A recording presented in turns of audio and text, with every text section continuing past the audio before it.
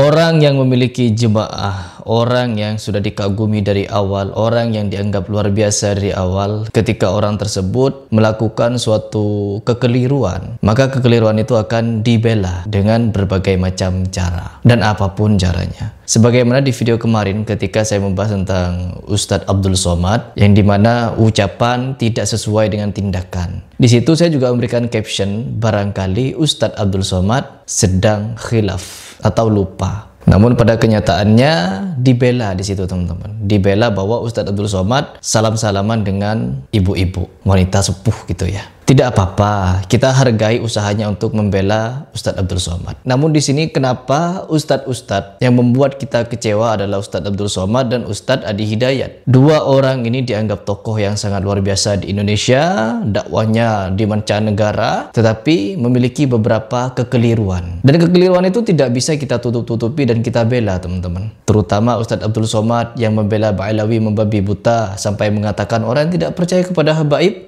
mereka adalah Yahudi, mereka adalah PKI, dan lain sebagainya. Dan begitu pun selaras dengan Ustadz Adi Hidayat, yang dimana Ustadz Adi Hidayat ini demi membela nasab Ba'alawi karena suaranya. Seperti yang dikatakan Ustadz Abdul Twasikal, bahwa Ustadz Adi Hidayat ini jemaahnya banyak dan fatwanya didengar banyak orang. Dan ketika fatwanya didengar banyak orang, maka pengaruhnya juga sangat-sangat besar, dampaknya sangat luar biasa. Sehingga apa? Kalau kita mau berbicara masalah dampak ini, apakah positif ataukah negatif? Ketika menyatakan guru sekumpul waliun min auliyaillah, maka apa yang terjadi, teman-teman? Haulnya yang semula cuma dihadiri ya beberapa ribu orang, tembus sampai 4,5 juta. Begitulah dampak dari suara Ustadz Adi Hidayat. Sangat luar biasa, bukan? Dan di sini ada satu video lagi yang ingin kita bahas, yang dimana ini menjawab unek-unek saya kenapa saya tidak setuju dengan Ustadz Adi Hidayat, yaitu karena pembelaannya kepada Ba'alawi. Sampai-sampai mengatakan Ba'alawi itu adalah generasi terbaik. Tidak mengatakan si Fulan, Habib Fulan itu luar biasa, Habib Fulan itu luar biasa dan sebagainya. Tetapi ada Habib-Habib juga yang tidak luar biasa. No, teman-teman. Pernyataan dari Ustadz Adi Hidayat mengeneralisir bahwa Ba'alawi ini adalah zuriyah Nabi, keturunan Nabi yang menjadi generasi terbaik di era sekarang. Coba kita simak videonya. Di antara sekian nikmat yang Allah anugerahkan kepada bangsa dan negara Indonesia ini adalah hadirnya generasi-generasi terbaik yang tersambung nasab mulianya kepada Rasulullah SAW.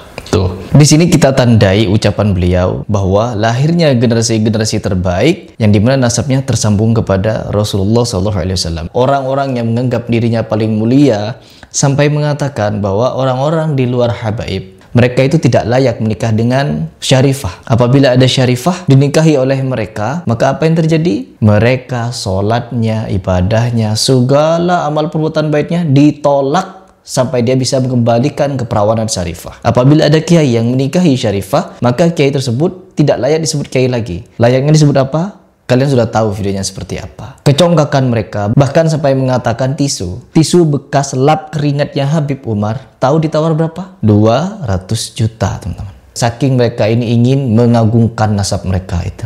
Ya, dan itu berhasil, teman-teman. Bahkan mereka ini juga punya doktrin, barang siapa yang mengkritik habaib, tidak setuju dengan habaib, maka dia itu iblis, teman-teman. Mungkin Ustadz Adi Hidayat tidak mau mengkritik doktrin, dawir, khurafat, takhayul dari orang-orang Habib ini karena sudah terdoktrin faham tadi. Mengkritik habaib berarti dia telah menjadi iblis, atau sudah kualat, atau takut azab dan lain sebagainya. Tetapi teman-teman, fakta menariknya Ustadz Adi Hidayat, jangankan kepada habaib, kepada guru sekumpul pun dianggap wali. Itulah sudah mengarahkan kemana akidah Ustadz Adi Hidayat. Sejalan dengan Ustadz Abdul Somad, teman-teman. Ustadz Abdul Somad juga memuji guru sekumpul. Kenapa guru sekumpul haulnya didatangi jutaan orang? Ya karena begini begitu. Kenapa guru sekumpul begini begitu? Karena Adi Hidayat juga begini begitu. Sama, teman-teman. Dua orang ini sama. Ketika kita tidak setuju dengan mereka, kita salah karena mereka sudah doktor, teman-teman. Sedangkan kita belum doktor. Kita harus jadi doktor dulu kalau ingin mengkritik mereka atau tidak mau sepakat dengan mereka.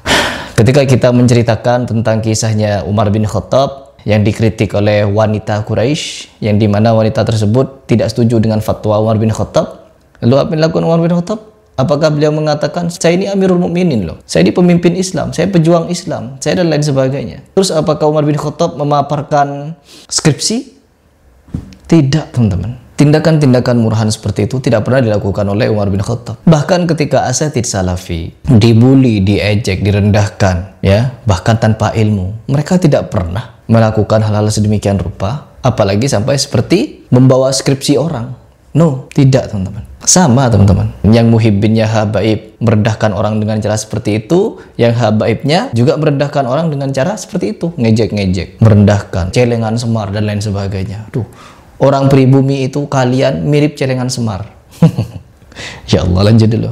Tahukah Anda yang menentukan bahkan mengusulkan hari dan waktu proklamasi kemerdekaan Negara Kesatuan Republik Indonesia itu adalah seorang Habib Ali bin Abdurrahman Al-Habsyi. Oke, kalian sudah tahu ini ya.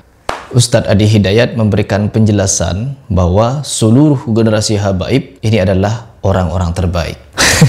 Kalau ada ustadz atau kiai atau habib atau dai atau penceramah atau guru siapapun ngomong seperti itu ustadz, itu kiai, itu habib, itu ulama, goblok. Saya terkadang ingin tertawa dengan hal ini, namun kita juga tahu bahwa beliau ini banyak sekali jemaahnya. Bahkan sampai-sampai ketika dia dikritik oleh Ustadz Mufti Syafitra, beliau memberikan statement di depan umum. Kalau memang akidah saya menyimpang, kalau memang saya itu sesat, kenapa saya diundang ini untuk acara ini, event itu? Membanggakan diri, teman-teman. Ya, memang begitulah. Setiap manusia itu memiliki kelemahan, memiliki kekurangan. Ya mungkin itu sebagian dari kelemahan atau kekurangan Ustadz Adi Hidayat yang dianggap kelebihan sama muhibbinnya. Sama dengan para habaib, ya dimana para habaib ini meskipun mengucapkan kalimat kotor, kasar, kalimat jorok, kalimat apapun itu yang tidak sesuai dengan ajaran Nabi Muhammad SAW, tetap dipuja-puja sama muhibbinnya. Apapun yang dilakukan oleh habaib, semuanya benar.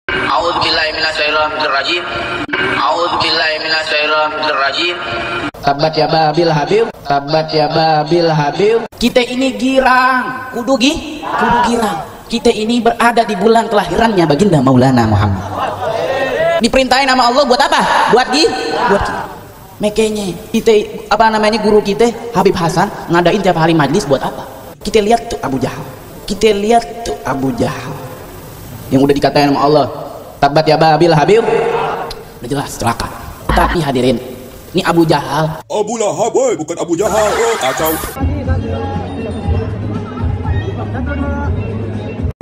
Kenapa kaki Habib yang nakal? Kenapa kaki Habib yang narkoba, yang maksiat, yang nakal, yang kotor dibandingkan kepala kiai yang pakai sorban masih lebih mulia? Kenapa kaki Habib yang maksiat terus? Benar, ya. Roti bekas digigit dijual, benar teman-teman. Siwak bekas 1 juta dijual, benar. Bercerita dongeng tahyul khurafat, hujan susu turun dari langit, matahari berhenti. Sampai ada cerita dari kalangan habaib ya, yang dimana ini tertulis di dalam kitab-kitab mereka, buku-buku mereka, bahwa khurafat-khurafat semacam ini untuk mengagumkan golongan mereka. Sampai-sampai ada cerita yang menghentikan matahari, teman-teman. Ketika matahari berhenti itu di siang hari, berjam-jam itu siang terus, teman-teman. Nggak sore-sore itu.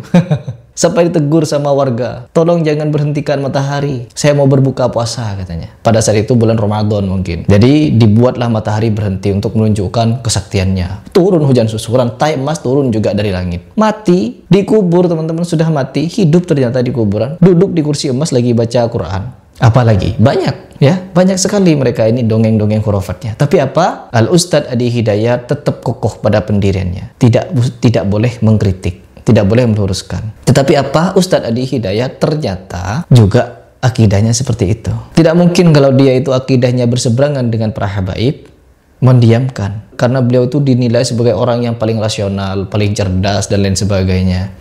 Namun pada kenyataannya guru sekumpul pun dianggap wali Allah. Padahal jelas dia itu menghinakan Nabi Muhammad SAW yang goyang-goyang kuburannya katanya. Lalu apa? Bangkit dari kubur cium lutut. Ketika dikatakan halu, banyak orang yang tidak terima. Oh enggak loh, guru sekumpul itu tidak halu. Melainkan dia itu benar-benar mendapatkan karomah dari Allah Subhanahu Wa Taala.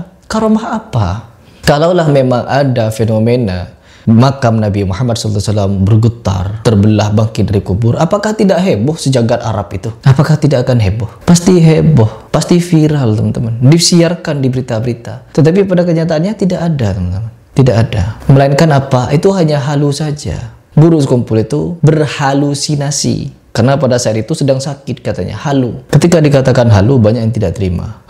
Jadi di sini kita bukan ingin menjelekkan atau bagaimana. Kita hanya tidak setuju dengan pernyataannya bahwa Ba'alawi adalah generasi terbaik, guru kumpul waliun min auliyaillah. Asy-Syu'ara surah pemusik, surah Maryam ayat 30-31 mirip dengan Yohanes 3 ayat 16. Kita hanya tidak setuju. Selebihnya Ustadz Adi Hidayat itu orang baik, cuman salah pergaulan saja. Di garis bawahi lagi, Ustadz Adi Hidayat itu orang baik, cuman salah pergaulan saja. Bergaul dengan Di antara sekian nikmat yang Allah anugerahkan kepada bangsa dan negara Indonesia ini adalah hadirnya generasi-generasi terbaik yang tersambung nasab mulianya kepada Rasulullah Sallallahu Alaihi Wasallam.